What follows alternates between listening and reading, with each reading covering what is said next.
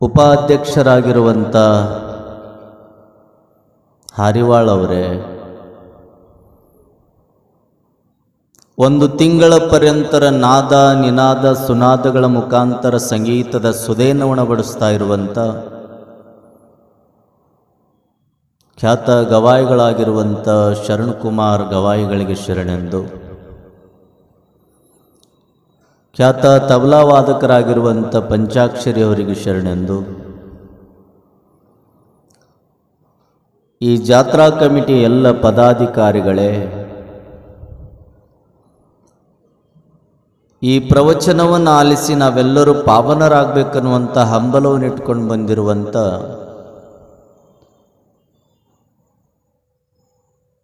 ಬಸವನ ಬಾಗೇವಾಡಿಯ ಪಟ್ಟಣದ ಮಹಾಜನಗಳೇ, ಮಾತೆಯರೇ, ಮುದ್ದು ಮಕ್ಕಳೇ, ತಮ್ಮೆಲ್ಲರ ಅಂತರಂಗದಲ್ಲಿರುವಂಥ ಚಿಜ್ಯೋತಿಗೆ ಶರಣು ಶರಣಾರ್ಥಿ.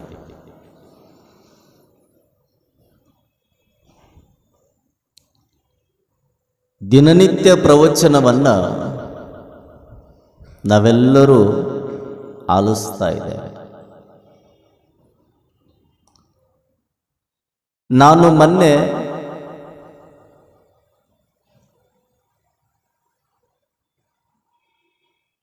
ಯಾವುದರಲ್ಲಿ ಸುಖ ಇದೆ ಅನ್ನುವಂಥದ್ದನ್ನು ಹೇಳಿದ್ದೆ.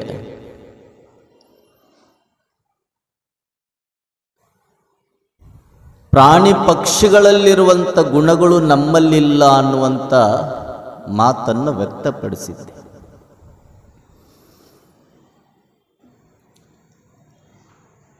ಪ್ರಾಣಿ ಪಕ್ಷಿಗಳಲ್ಲಿರುವಂಥ ಜ್ಞಾನ ಈ ಮನುಷ್ಯನಿಗೆ ಇಲ್ಲ.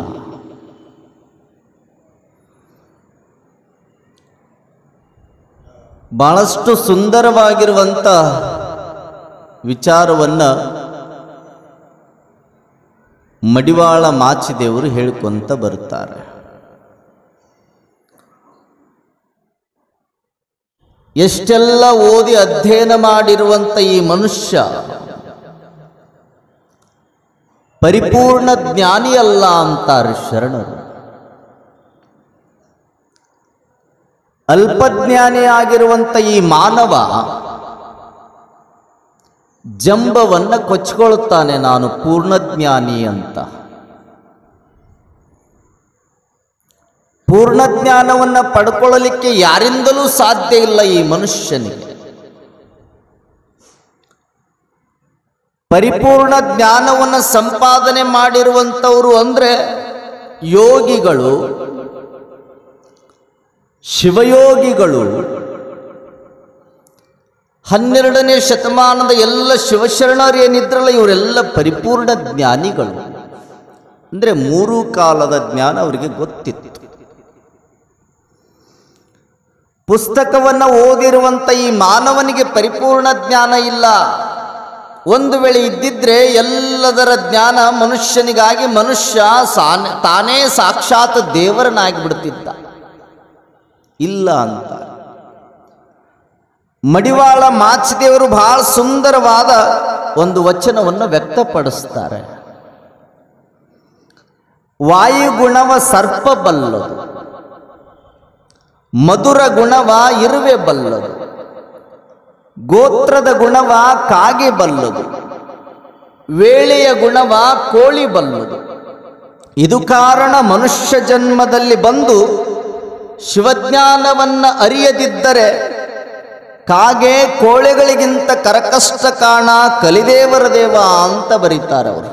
ನೋಡಿ ಎಷ್ಟು ಅದ್ಭುತವಾದ ವಚನ.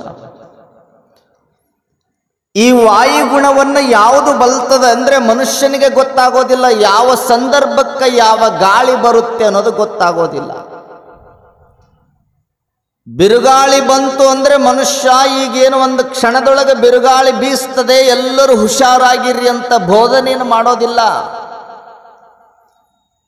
ಸುಂಟರ ಗಾಳಿ ಬರ್ತದೆ ಅಂದರೆ ಅದನ್ನೂ ಹೇಳಿಕೊಡೋದಿಲ್ಲ. ಆದರೆ ವಾಯುವಿನ ಗುಣ, ಅದರ ಜ್ಞಾನ ಕೇವಲ ಯಾವಕ್ಕೆ ಇರ್ತದೆ ಅಂದರೆ ಅದು ಸರ್ಪಕ್ಕೆ ಮಾತ್ರ. ವಾಯುವಿನ ಗುಣವನ್ನು ಯಾವುದು ಬಲ್ತದೆ ಅಂದರೆ ಈ ಭೂಮಿ ಮೇಲೆ ಸರ್ಪಕ್ಕೆ ಬಹಳ ಸುಂದರವಾಗಿ ಗೊತ್ತಾಗುತ್ತಂತೆ ವಾಯು ಹೇಗೆ ಬರ್ತದೆ ಹೇಗಿರ್ತೈತೆ ಅನ್ನೋದು. ಮಧುರ ಗುಣವ ಇರುವೆ ಬಲ್ಲದು. ಚಿಕ್ಕದಾಗಿರುವಂಥ ಇರುವೆ, ಆ ಇರುವೆ ಮಧುರ ಗುಣವನ್ನು ಬಲ್ತದ ಅಂದರೆ ಸಿಹಿಯಾದ ಗುಣವನ್ನು ಕಂಡು ಹಿಡಿಯೋದು ಇರುವೆಯ ಲಕ್ಷಣ, ಇರುವೆಯ ಗುಣ. ನಿಮ್ಮ ಮನೆಯೊಳಗೆ ಸಕ್ಕರೆ ಡಬ್ಬಿ ಅಂತ ಇರ್ತೈತಿ, ಬೆಲ್ಲದ ಡಬ್ಬಿನೂ ಇರ್ತದೆ. ಎಲ್ಲಿ ಸಕ್ಕರೆಯನ್ನು ಇಟ್ಟಿರ್ತೀರೋ, ಎಲ್ಲಿ ಬೆಲ್ಲವನ್ನು ಇಟ್ಟಿರ್ತೀರೋ ಅಲ್ಲಿಗೆ ತಾನಾಗಿ ಇರುವೆಗಳು ಬಂದು ಮೆತ್ತಿಕೊಂಡಿರ್ತಾವೆ, ಮುತ್ತಿಕೊಂಡಿರ್ತಾವೆ. ಯಾರಾದರೂ ಪತ್ರವನ್ನು ಬರೆಯೋಕ್ಕಾಗುತ್ತೇನು? ಯಾರಾದರೂ ಇಲ್ಲಿ ಬೆಲ್ಲ ಇದೆ, ಇಲ್ಲಿ ಸಕ್ಕರೆ ಇದೆ ಅಂತ ತಿಳ್ಕೊಂಡು ಹೇಳಕ್ಕಾಗುತ್ತೇನು? ಆದರೂ ಸಹಿತ ಸಿಹಿಯ ಗುಣವನ್ನು ಇರುವೆ ತಿಳ್ಕೊಂಡದಲ್ಲ, ಎಲ್ಲಿ ಸಿಹಿ ಇರ್ತದೆ ಅಲ್ಲೇ ಹೋಗಿ ಆ ಇರುವೆ ಆ ಸಿಹಿಯನ್ನು ತಿಂತದೆ. ನೀವೆಷ್ಟು ಜ್ಞಾನಿಗಳದಿರಲ್ಲಪ್ಪ, ಎಷ್ಟೆಲ್ಲ ಓದಿರಲ್ಲಪ್ಪ. ಒಂದು ದಿನಾನಾದರೂ ಸಕ್ಕರೆಯ ಡಬ್ಬೆಯನ್ನು ನೀವು ಕಂಡು ಹಿಡಿಯೋಕ್ಕಾಗುತ್ತೇನು? ಕೇವಲ ವಾಸನೆಯಿಂದ, ಕೇವಲ ಜ್ಞಾನದಿಂದ ಇದೇ ಸಕ್ಕರೆ ಡಬ್ಬೆ, ಇದೇ ಬೆಲ್ಲದ ಡಬ್ಬೆ ಅನ್ನುವಂಥ ಜ್ಞಾನ ನಿಮ್ಗೆ ಆಗ್ತದೇನು? ಆಗ್ತದೇನು? ಒಮ್ಮೆ ಮನೆಯೊಳಗೆ ಒಬ್ಬ ಹೆಣ್ಮಗಳು ಸಕ್ಕರೆ ಡಬ್ಬೆಗೆ ಈಗೆಲ್ಲ ಹೆಸರು ಬರೆದು ಹಾಕ್ತಾರೆ. ಇದು ಬೆಲ್ಲದ ಡಬ್ಬೆ, ಇದು ಸಕ್ಕರೆ ಡಬ್ಬೆ, ಇದು ಖಾರದ ಡಬ್ಬೆ, ಇದು ಉದ್ದಿನ ಬೇಳೆಯ ಡಬ್ಬೆ, ಹೀಗೆ ಎಲ್ಲದಕ್ಕೂ ಹೆಸರುಗಳನ್ನು ಬರೆದು ಹಾಕ್ತಾಳೆ. ಒಂದು ದಿನ ಸಕ್ಕರೆ ಅಂತ ಬರೆದಿರುವಂಥ ಡಬ್ಬೆಯೊಳಗೆ ಸಕ್ಕರೆ ಹಾಕಿಟ್ಟಿದ್ಲು. ಅಲ್ಲೆಲ್ಲ ಇರುವೆಗಳು ಬಂದು ಮೆತ್ಕೊಂಡಿದ್ವು. ಯಾವಾಗ ಇರುವೆಗಳು ಬಂದು ಆ ಡಬ್ಬಿಯೊಳಗಿದ್ವು ಅವಾಗ ಹಾಕ್ಯಂತಾಳ, ಇದು ಸಕ್ಕರೆ ಡಬ್ಬಿ ಅಂತ ಹೆಸರು ಬರ್ದಿನಲ್ಲ. ಇರುವೆಗಳು ಆ ಡಬ್ಬಿ ಹೆಸರನ್ನು ಓದಿ ಅದು ಸಕ್ಕರೆ ಅಂತ ಬಂದು ಕಂಡು ಹಿಡ್ದವ. ಇನ್ನು ಸಕ್ಕರೆ ಅಂತ ಬರೆಯೋದು, ಸಕ್ಕರೆ ಡಬ್ಬಿಯೊಳಗೆ ಖಾರ ಹಾಕೋಣ, ಖಾರದ ಡಬ್ಬಿಯೊಳಗೆ ಸಕ್ಕರೆ ಹಾಕೋಣ ಅಂದ್ಲಾಕಿ. ಖಾರದ ಡಬ್ಬಿಯೊಳಗೆ ಸಕ್ಕರೆ ಹಾಕೋದು, ಸಕ್ಕರೆ ಅಂತ ಬರೆದ ಡಬ್ಬಿಯೊಳಗೆ ಖಾರ ಹಾಕೋದು. ಅವಾಗ ಏನು ಓದಿ ಹೋಗ್ತಾವ ನೋಡೋಣ ಅಂತ ಬರಲ್ದಾಕಿ ವ್ಯತ್ಯಾಸ ಮಾಡಿದ. ಯಾವ ಡಬ್ಬಿಯೊಳಗೆ ಏನು ಬರೆದಿತ್ತು ಅದರನ್ನೇ ಹಾಕುವ ಬದಲು ಬೇರೆ ಪದಾರ್ಥವನ್ನು ಆ ಡಬ್ಬಿಯೊಳಗೆ ಹಾಕಿಲ್ದು, ಮುಚ್ಚಿಟ್ಲು. ಮುಚ್ಚಿಟ್ಟ ಮೇಲೆ ಒಂದು ದಿನ ಸಾಯಂಕಾಲ 6:30 7 ಗಂಟೆ ಆಗಿತ್ತು, ಕರೆಂಟ್ ಹೋಗಿತ್ತು. ಗಂಡು ಬಂದಾಗ ಮಕ್ಕೊಂಡಿದ್ಲಿ ಹೆಣ್ಮಗಳು. ಯಾಕೆ ಮಲಗಿ? ಏನಿಲ್ರಿ, ಸ್ವಲ್ಪ ತಲೆನೂ ಯಾಕತ್ತದ. ಹೌದಲ್ಲ, ತಲೆನೂ ಇತ್ತಿತ್ತಲ್ಲ, ಮತ್ತೇನು ಮಾಡ್ಬೇಕು? ಏನಾರ ಮಾಡೋದು ಬೇಡ್ರಿ, ಒಂದು ಕಪ್ ಟೀ ಮಾಡ್ಕೊಂಬರ್ರಿ ಅಂದ್ಲಾಕಿ. ಒಂದು ಕಪ್ಪು ಟೀ ಮಾಡಿಕೊಂಡು ಬರ್ರಿ. ಯಾವಾಗ ನಾನು ಹೆಂಡತಿ ತಲೆನೂ ಇತ್ತದಂತ ಒಂದು ಕಪ್ಪು ಟೀ ಮಾಡಿಕೊಂಡು ಹೋಗೋಣ ಅಂತ ತಿಳ್ಕೊಂಡು ಕರೆಂಟ್ ಏನು ಹೋಗಿತ್ತು, ಕೈಯಾಗ ಮೊಬೈಲ್ ಇತ್ತು. ನೀರು ಹಾಕಿದ, ಗ್ಯಾಸ್ ಮೇಲೆ ಬರ್ಸನ್ ಮೇಲೆ ಇಟ್ಟ, ಅದಕ್ಕೆ ಚಾಪುಡಿ ಹಾಕಿದ, ಸಕ್ಕರೆ ಹುಡುಕಾಡಕತ್ತಿ. ಸಕ್ಕರೆ ಹುಡುಕಾಡುವಂಥ ಸಂದರ್ಭದೊಳಗ ಬ್ಯಾಟ್ರಿ ಹಾಕಿ ಟಾರ್ಚ್ ಹಾಕಿ ಹುಡುಕಿದ. ಅವಾಗ ಸಕ್ಕರೆ ಅಂತ ಬರೆದಿತ್ತಲ್ಲ ಅದೇ ಡಬ್ಬಿನೇ ಸಕ್ಕರೆ ಡಬ್ಬಿ ಅಂತ ತಿಳ್ಕೊಂಡು ನೋಡಿದೆ. ಅವನ ತಗೊಂಡ ಬ್ಯಾಟ್ರಿ ಆಫ್ ಮಾಡಿದ. 1-2 ಚಮಚೆ ಆ ನೀರಿಗೆ ಚಾಕ್ ಸಕ್ಕರೆ ಹಾಕೇ ಬಿಟ್ಟವ. ಚಾ ಮಾಡಿದ್ರೇನು? ಮಾಡಿದೆ. ತಗೊಂಡು ಬರ್ರಿ, ತಗೊಂಡು ಹೋಗಿ ಕೊಟ್ಟ. ಒಂದು ಗುಟ್ಟು ಕುಡಿಯೋದು ಅಟ್ಟ ತಡ ಚಾ ಆಗಿದ್ದಿಲ್ಲ, ಖಾರದ ನೀರಾಗಿತ್ತು. ಏನ್ರಿ ಏನು ಹಾಕಿರಿ ನೀವು? ಚಾಕ ಸಕ್ಕರೆ ಹಾಕೀನಿ. ಸಕ್ಕರೆ ನೋಡಿ ಹಾಕಿರೋ? ಹಂಗ ಹಾಕಿರೋ? ಇಲ್ಲ, ಡಬ್ಬಿ ಮೇಲೆ ಸಕ್ಕರೆ ಅಂತ ಬರೆದಿತ್ತಲ್ಲ ಅದನ್ನು ನೋಡಿದೆ, ಅವನ ಹಾಕಿಬಿಟ್ಟೆ ನಾನು. ಅವಾಗ ಹಾಕಿ ಹೇಳ್ತಾಳ, ನಾನು ಆ ಡಬ್ಬಿ ಮೇಲೆ ಸಕ್ಕರೆ ಅಂತ ಬರೆದಿದ್ನಲ್ರಿ, ಅದ್ರೊಳಗಿರೋದು ಸಕ್ಕರೆ ಅಲ್ಲ, ಅದು ಖಾರದ ಪುಡಿ. ಮನುಷ್ಯನಿಗೆ ಗೊತ್ತಾತೇನ್ರಿ? ಯಾವುದು ಕೇವಲ ಹೆಸರನ್ನ ಬರೆದಿತ್ತಲ್ಲ ಅದು ಸಕ್ಕರೆ ಎನ್ನುವಂಥ ಭಾವದೊಳಗಿರುವಂಥ ಮನುಷ್ಯನಿಗೆ ಸಿಹಿಯ ವಾಸನೆ ಅವನಿಗೆ ಗೊತ್ತಾಗಲಾರದೆ ಖಾರ ಹಾಕಿದ್ದ. ಆದರೆ ಯಾವ ಡಬ್ಬಿಯೊಳಗೆ ಖಾರ ಅಂತ ಬರೆದು ಸಕ್ಕರೆ ಹಾಕಿದ್ಲೋ ಅದೇ ಡಬ್ಬಿಯೊಳಗೆ ಇರುವೆಗಳು ಹೋಗಿ ಕುಳಿತಿದ್ವೆ, ಹೊರತಾಗಿ ಖಾರದ ಡಬ್ಬಿಯೊಳಗಿದ್ದಿಲ್ಲ. ಅದಕ್ಕೆ ಹೇಳ್ತಾರವರು, ಮಧುರ ಗುಣವ ಇರುವೆ ಬಲ್ಲದು. ಮಧುರ ಗುಣವ. ನೀವೆಲ್ಲರೂ ಶಾಣ್ಯರದಿರಲ್ಲ. ನಿಮ್ಮ ಹೊಲದೊಳಗ, ಬೇರೆಯವರು ಹೊಲದೊಳಗ ಮಾವಿನ ಗಿಡಗಳು ಇರ್ತಾವ, ಬೋರೆ ಹಣ್ಣಿನ ಗಿಡಗಳು ಇರ್ತಾವ. ಹಣ್ಣು ಪಕ್ವವಾಗಿತ್ತು ಅಂದರೆ, ಹಣ್ಣು ಇನ್ನೇನು ಬಾಡಿತ್ತು, ಎಲ್ಲದೂ ಹಣ್ಣಾಗಿ ತುಂಬಿ ನಿಂತಿತ್ತು ಅಂದರೆ, ಆ ಹಣ್ಣನ್ನೇನಾದರೂ ಬಡ್ಡೆಯನ್ನು ಮೂಸಿ ನೋಡಿ ಇದೇ ಟೊಂಗಿಯೊಳಗ, ಇದೇ ಕ್ವಾಲಿಯೊಳಗ, ಇದೇ ಗಿಡದಲ್ಲಿ ಹಣ್ಣೈತೆ ಅಂತ ತಿಳ್ಕೊಂಡು ನೀವು ಕಂಡು ಹಿಡಿಯಕ್ಕಾಗತ್ತಾ? ಆಗತ್ತನ್ರಿ? ಆಗತ್ತಾ? ಆಗೋದಿಲ್ಲ. ಆದರೆ ಎಷ್ಟೋ ದೂರದಲ್ಲಿ ಬೆಳೆದಿರುವಂಥ ಹಣ್ಣಿನ ಗಿಡದೊಳಗ, ಯಾವ ಟೊಂಗೆಯೊಳಗ ಹಣ್ಣು ಹಣ್ಣಾಗಿದೆ, ಹಣ್ಣು ಪಕ್ವವಾಗಿದೆ, ಕಾಯಿ ಹಣ್ಣಾಗಿದೆ, ಅದನ್ನು ಪತ್ತೆ ಹಚ್ಚುವಂಥ ಕೆಲಸವನ್ನು ಇರುವೆ ಮಾಡ್ತದೆ. ಅದು ಎಲ್ಲಿ ಅಂದರೆ ಗಿಡದ ಬಡ್ಡಿಯನ್ನು ಮೂಸಿ ನೋಡಿ ಇದೇ ಟೊಂಗೆಯೊಳಗ, ಇದೇ ವಾಲಿಯೊಳಗ ಹಣ್ಣಾಗಿದೆ ಅಂತ ತಿಳ್ಕೊಂಡು ಆ ಇರುವೆ ನೇರವಾಗಿ ಅದೇ ಟೊಂಗಿಗೆ ಹೋಗಿ ಹಣ್ಣನ್ನು ತಿಂತದಂದ್ರೆ ಆ ಇರುವೆಯಷ್ಟು ಜ್ಞಾನ ನಿಮಗಿದೆಯಾ? ಐತೇನ್ರಿ? ಇಲ್ಲ. ಹಾಗಾಗಿ ಹೇಳ್ತಾರೆ ಮಡಿವಾಳ ಮಾಚಿದೇವರು, ಆ ಇರುವೆಗೆ ಜ್ಞಾನ ಇದೆ, ಕಾಗಿಗೆ ಜ್ಞಾನ ಇದೆ, ಕೋಳಿಗೆ ಜ್ಞಾನ ಇದೆ, ಸರ್ಪಕ್ಕೆ ಜ್ಞಾನ ಇದೆ. ಆದ್ರೆ ಈ ಮನುಷ್ಯ ಶಿವಜ್ಞಾನವನ್ನು ಅರಿಯದಿದ್ದರೆ, ಈ ಮನುಷ್ಯ ಜನ್ಮಕ್ಕೆ ಬಂದ ಮೇಲೆ, ಮಾನವನಾಗಿ ಹುಟ್ಟಿದ ಮೇಲೆ ಶಿವಜ್ಞಾನವನ್ನು ಅರಿಯಲಿಲ್ಲ ಅಂದರೆ ಆ ಕಾಗೆ ಕೋಳಗಳಿಗಿಂತ, ಪ್ರಾಣಿಗಳಿಗಿಂತ ಕರಕಷ್ಟ ಆಗಿ ಹೋಗಿಬಿಡ್ತಾನೆ ಈ ಮನುಷ್ಯ ಅಂತ ತಿಳ್ಕೊಂಡು ಮಡಿವಾಳ ಮಾಚಿದೇವರು ಬರೀತಾರೆ, ನೀ ಮನುಷ್ಯನಾಗಿ ಬಂದ ಬಳಿಕ ಸದಾ ಕಾಲ ಶಿವನ ಜ್ಞಾನವನ್ನು ಮಾಡು, ಆ ಜ್ಞಾನವನ್ನು ಬಿಡಬೇಡ ಅಂತಾರವರು. ಸದಾ ಕಾಲ ಸ್ಮರಣೆ ಮಾಡು, ಒಂದು ಹೊತ್ತಾದರೂ ಭಗವಂತನ ನಾಮವನ್ನು ಸ್ಮರಿಸು, ಆ ಭಗವಂತನ ನಾಮ ನಿನ್ನ ಉತ್ತುಂಗಕ್ಕೆ ಒಯ್ತದೆ. ಸದಾ ಕಾಲ ಶಿವನ ಧ್ಯಾನದಲ್ಲೇ ಇದ್ರೆ ಮಾತ್ರ ನೀ ಎಲ್ಲರಿಗೂ ಬೇಕಾಗ್ತಿ ಅನ್ನುವಂಥ ಉದ್ದೇಶವನ್ನ, ಆತನೇ ಮಹಾತ್ಮನಾಗ್ತಾನೆ ಅನ್ನುವಂಥ ವಿಚಾರವನ್ನ ಕಲ್ಯಾಣದ ಶರಣರು ನಮಗೆ ಬೋಧನೆ ಮಾಡಿದ್ದಾರೆ. ನಾವು ಶಿವಜ್ಞಾನವನ್ನು ಬಿಟ್ಟೀವಿ, ಬರೀ ನಂದು ನಂದು ನಂದು ಅಂತ ಬಡದಾಡ್ತೇವೆ. ಎಲ್ಲದನ್ನು ಕೊಟ್ಟಾತ ಭಗವಂತ. ನಿಮಗೆಲ್ಲರಿಗೆ ನೆನಪಿರಲಿ, ಅಡ್ಡಾಡಬೇಕಾದ್ರೆ ಮೈಯೊಳಗ ಏನು, ದೇಹದೊಳಗ ಶಕ್ತಿಯನ್ನೇನು ಕೊಟ್ಟಾನ, ಅದೆಲ್ಲವನ್ನ ಕೊಟ್ಟಾತ ಭಗವಂತ. ಒಂದು ವೇಳೆ ಈ ಮನುಷ್ಯ ಅಡ್ಡಾಡಬೇಕಾದ್ರೆ, ಈ ದೇಹಕ್ಕೆ ಬೇಕಾಗಿರುವಂಥ ಪದಾರ್ಥಗಳನ್ನು, ಈ ಜೀವ ಉಸಿರಾಡಬೇಕಾದ್ರೆ ಆ ಉಸಿರಾಡಲಿಕ್ಕೆ ಬೇಕಾಗಿರುವಂಥ ಗಾಳಿಯನ್ನು ಕೊಟ್ಟಾತ ಯಾರು ಅಂದರೆ ಅದು ಶಿವ ಮಾತ್ರ, ದೇವ ಮಾತ್ರ. ದೇವನಿಂದ ನಿರ್ಮಿತವಾದ ಈ ಜಗತ್ತು ಅಂತಾರೆ ಶರಣರು. ಹಾಗಾಗಿ ಯಾವುದು ನಂದು ನಂದು ಅನ್ನಬೇಡ, ಎಲ್ಲದು ಭಗವಂತ ಕೊಟ್ಟ ಕೊಡುಗೆ ಅನ್ನುವಂಥ ಭಾವ ಮನುಷ್ಯನಲ್ಲಿ ಬಂತು ಅಂದರೆ ಆ ಮನುಷ್ಯನೇ ನಿಜವಾದ ಯೋಗಿ ಆಗ್ತಾನೆ, ನಿಜವಾದ ಶರಣನಾಗ್ತಾನೆ ಅಂತಾರೆ ಕಲ್ಯಾಣದ ಶರಣರು. ಅದಕ್ಕೆ ನಂದು ನಂದು ಅಂತ ಬಡದಾಡಬೇಡಿ. ನಾನೇ ಕಟ್ಟಿಸಿದೆ, ನಾನೇ ಹುಟ್ಟಿಸಿದೆ ಎಂಬುವುದೆಲ್ಲವೂ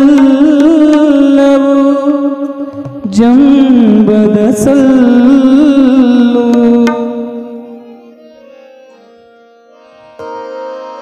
ನಾನೇ ಕಟ್ಟಿಸಿದೆ, ನಾನೇ ಹುಟ್ಟಿಸಿದೆ ಎಂಬುವುದೆಲ್ಲವೂ ಜಂಬದ ಸಲ್ಲು. ಅಂತಕ್ಕೆ ತೋರದು ಈ ನುಡಿ ಸುಳ್ಳು, ಈ ನುಡಿ ಸುಳ್ಳು.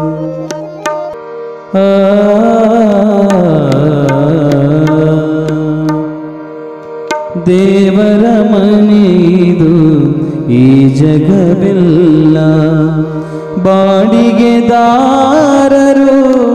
ನಾವುಗಳೆಲ್ಲ, ಬಾಡಿಗೆದಾರರು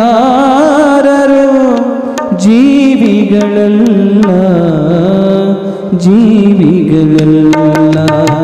ದೇವರ ಮನೆಯಿದು ಈ ಜಗವೆಲ್ಲ, ದೇವರ ಮನೆಯಿದು ಈ ಜಗವೆಲ್ಲ. ಬಾಡಿಗೆದಾರರು ಜೀವಿಗಳೆಲ್ಲ, ಬಾಡಿಗೆದಾರರು ನಾವುಗಳೆಲ್ಲ, ನಾವುಗಳೆಲ್ಲ. ದೇವರ ಮನೆಯಿದು ಈ ಜಗವೆಲ್ಲ.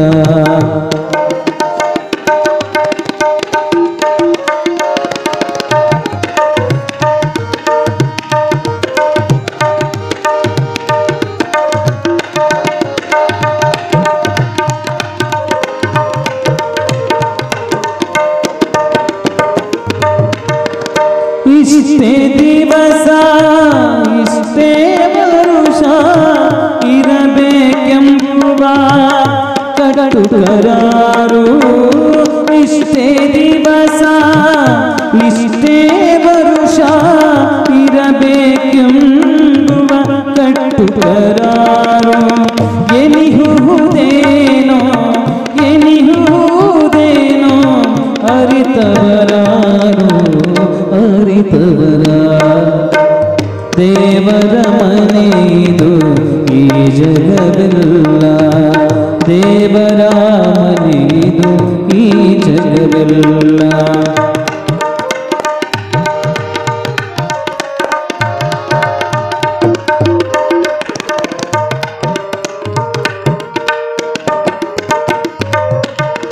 ನಮ್ಮಯ ದಿನಗಳು ನಮ್ಮಯ ದಿನಗಳು ಮುಗಿದಿವೆಗೆನಲು. ಬಿಡು ಎಂದೀಶನು ಆಜ್ಞಾಪಿಸಲು. ನಮ್ಮಯ ದಿನಗಳು ಮುಗಿದಿವೆಗೆನಲು. ಬಿಡು ಎಂದೀಶನು ಆಜ್ಞಾಪಿಸಲು. ಇನ್ನೂ ಇರುವೆನು ಇನ್ನೂ ಇರುವೆನು ನಾ ಬಿಡಲಾರೆ ಎಂದರು ನಡೆಯದು ಎಂದರು ನಡೆಯದು ಈ ಪ್ರತಿಕಾರ ಅವನಧಿಕಾರ. ದೇವರ ಮನೆಯಿದು ಈ ಜಗವೆಲ್ಲ. ಬಾಡಿಗೆದಾರರು ಜೀವಿಗಳೆಲ್ಲ. ದೇವರ ಮನೆಯಿದು ಈ ಜಗವೆಲ್ಲ.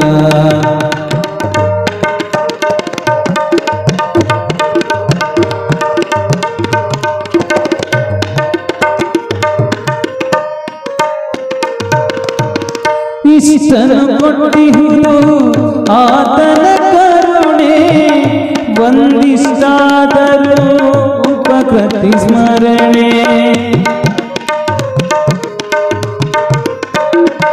ಓ ಇಷ್ಟನು ಕೊಟ್ಟಿಹುದು ಆತನ ಕರುಣೆ. ಒಂದಿಷ್ಟಾದರೂ ಉಪಕೃತಿ ಸ್ಮರಣೆ. ತಿಳಿದು ಬಳಿತು ತಿಳಿದರು ಬಳಿತು ಬಾಡಿಗೆ ಸಲ್ಲಿತು ನಾವಿರುವುದಲ್ಲ ಅವನ ವಸತಿ. ಈ ಜಗವೆಲ್ಲ ಈ ಜಗವೆಲ್ಲ ಈ ಜಗವೆಲ್ಲ ದೇವರಾಸ್ತಿ. ದೇವರ ಮನೆಯಿದು ಈ ಜಗವೆಲ್ಲ. ದೇವರ ಮನೆಯಿದು ಈ ಜಗವೆಲ್ಲ. ಬಾಡಿಗೆದಾರರು ನಾವುಗಳೆಲ್ಲ ನಾವುಗಳೆಲ್ಲ.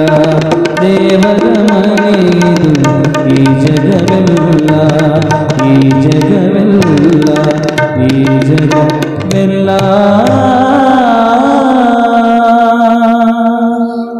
ಜಯ ಮಂಗಲಂ ಜಯ ನಮಃ ಪರಾಪದೇ ಶಿವ ಹರ ಹರ ಮಹಾದೇವ. ದೇವರ ಮನೆಯಿದು ಈ ಜಗವೆಲ್ಲ. ಬಾಡಿಗೆದಾರರು ಜೀವಿಗಳೆಲ್ಲ. ಇಷ್ಟೇ ವರುಷ ಇಷ್ಟೇ ದಿವಸ ಇರಬೇಕೆನ್ನುವುದು ಕಟ್ಟು ಕರಾರ. ಹಾಗಾಗಿ ನಾವ್ಯಾರೂ ಸಹಿತ ಈ ಭೂಮಿಗೆ ಶಾಶ್ವತವಾಗಿ ಇರಾಕ್ ಬಂದಿಲ್ಲ. ನಾವೆಲ್ಲ ಅತಿಥಿಗಳು. ಅತಿಥಿಗಳಾಗಿ ಬಂದೀವಂದ್ರೆ ಅತಿಥಿಗಳಾಗೇ ಹೋಗಬೇಕು. ಕಾಯಿಮಿರಾಕ್ ಯಾರೂ ಬಂದಿಲ್ಲ. ನಾವಷ್ಟಲ್ಲ, ನಮ್ಗಿಂತ ಮುಂಚೆ ಯಾರು ಬಂದು ಹೋಗ್ಯಾರ ಅವರು ಕಾಯಿಮಿಲ್ಲ. ಎಲ್ಲರೂ ಸಹಿತ ಒಂದು ದಿನ ಈ ಭೂಮಿಯನ್ನು ಖಾಲಿ ಮಾಡಲೇಬೇಕಲ್ಲಪ್ಪ. ಹಾಗಾಗಿ ನೀನು ಎಲ್ಲದು ನಂದು ನಂದು ಅಂತ ಹೋರಾಟ ಮಾಡಬೇಡ ಅಂತಾರೆ ಶರಣರು. ಚನ್ನ ಬಸವಣ್ಣವರು ಬಹಳ ಸುಂದರವಾದ ಮಾತನ್ನು ಹೇಳ್ತಾರೆ. ಗುಬ್ಬಿ ಹೆರರ ಮನೆ ತನ್ನ ಮನೆ ಎಂಬಂತೆ, ಧರೆ ದನ ವನಿತಿಯರು ಎನ್ನವರು ತನ್ನವರೆಂದು ಹೋರಾಡಿ ಸಾಯುತ್ತಿದೆ ಜೀವ. ಸರ್ವಕರ್ತೃ ಕೂಡಲ ಚನ್ನ ಸಂಗಯ್ಯನೆಂದರಿಯದೆ ಅಂತಾರೆ ಚನ್ನ ಬಸವಣ್ಣವರು. ಎಷ್ಟು ಚಲೋ ಮಾತು ಹೇಳ್ಯಾರ ನೋಡ್ರಿ. ನಂದು ನಂದು ಅಂತ ಬಡದಾಡ್ತಿಲ್ಲಪ್ಪ, ಹೆಂಡರು ಮಕ್ಕಳು ಬಂಧು ಬಳಗ ಆಸ್ತಿ ಅಂತಸ್ತು ಮನೆ ಎಲ್ಲವೂ ಸಹಿತ ನಂದು ನಂದು ಅಂತಿಲ್ಲ. ನಿಂದನದೇನೂ ಇಲ್ಲೋ ತಮ್ಮ. ಯಾರಿಗೆ ಯಾರೂ ಇಲ್ಲ, ಯಾರಿಗೆ ಯಾರೂ ಇಲ್ಲ. ಇಲ್ರಿ ನನ್ನ ಬಹಳ ಪ್ರೀತಿ ಮಾಡುವಂತ ಹೆಂಡತಿದಾಳಂದ್ರು ಸಹಿತ ಎಲ್ಲಿವರೆಗೆ ಇರ್ತಾಳ ನಿನ್ನ ಹೆಂಡತಿ ಅಂದ್ರೆ ನಿನ್ನ ದೇಹದೊಳಗೆ ಉಸಿರಿರುವವರೆಗೆ ಮಾತ್ರ ನಿನ್ನ ಹೆಂಡತಿ, ನಿನ್ನ ಹೆಂಡತಿ. ಅದಕ್ಕಾಗಿ ಹೆಂಡರಿಗಾಗಿ, ಮಕ್ಕಳಿಗಾಗಿ, ಬಂಧುಗಳಿಗಾಗಿ, ಬಳಗಕ್ಕಾಗಿ, ಸಂಪತ್ತಿಗಾಗಿ ನೀನು ಬಡದಾಡಬೇಡ ಅಂತಾರೆ ಚನ್ನ ಬಸವಣ್ಣವರು. ಯಾಕಂದ್ರೆ ಅದು ಎಲ್ಲದಕ್ಕೂ ಮೂಲ ಕರ್ತೃ ಯಾರು ಅಂದ್ರೆ ಅದು ಭಗವಂತ ಮಾತ್ರ, ದೇವರು ಮಾತ್ರ. ದೇವರನ್ನು ಬಿಟ್ಟು ಮತ್ತೊಬ್ಬನನ್ನ ಅಥವಾ ಮತ್ತೊಬ್ಬವನನ್ನ ನೀ ಎಂದೂ ನಂಬಬೇಡ. ದೇವರೇ ನಿನಗೆ ಸರ್ವಸ್ವ, ಸರ್ವ ಕರ್ತೃ ಆತ, ಎಲ್ಲದಕ್ಕೂ ಕಾರಣೀಯ ಕರ್ತ ಆತ. ಹಾಗಾಗಿ ದೇವರನ್ನ ನೀನು ಬಿಡಬೇಡ, ದೇವರನ್ನ ಪೂಜಿಸುವಂತಾರೆ. ನಾವೆಲ್ಲ ಏನು ಮಾಡ್ತೀವಿ ಅಂದ್ರೆ ಎಲ್ಲ ನಮ್ಮವ್ರು ನಮ್ಮವ್ರು ನಮ್ಮವ್ರು ಅಂತೀವಿ. ಯಾರೂ ನಮ್ಮವರಲ್ಲ. ಎಲ್ಲರೂ ಒಂದು ದಿನ ನಾವು ಮುಂದೆ ಹೋದರೆ ನಮ್ಮ ಹಿಂದೆ ಅವ್ರು ಬರಲೇಬೇಕು. ಅವರರ ಕಾಯಂ ಇರಾಕ್ ಬಂದಾರೇನು ಇಲ್ಲ. ಅದಕ್ಕೆ ಬಸವಣ್ಣವ್ರು ಹೇಳ್ತಾರೆ, ಈ ಜಗದ ನಿಯಮ ಹೇಗಿದೆ ಅಂದ್ರೆ ಯಾರಿಗೆ ಯಾರೂ ಇಲ್ಲಪ್ಪ. ಸುಮ್ಮನೆ ಇಂದೋ ನಾಳೆ ಸತ್ತು ಹೋಗುವಂತ ಮನುಷ್ಯ ನಂದು ನಂದು ನಂದು, ಹೊಲ ಮನಿ ಆಸ್ತಿ ಎಲ್ಲದು ನಂದು ಅಂತ ಬಡದಾಡ್ತಾನಲ್ಲ, ಅದು ಯಾವುದು ನಿಂದಲ್ಲ, ಅದು ಎಲ್ಲದು ದೇವ ಕೊಟ್ಟ ಕೊಡುಗೆ ಅಂತಾರೆ ಶರಣರು. ಬಸವಣ್ಣವರು ಬರೀತಾರೆ ಬಹಳ ಚಲೋ ಮಾತನ್ನ.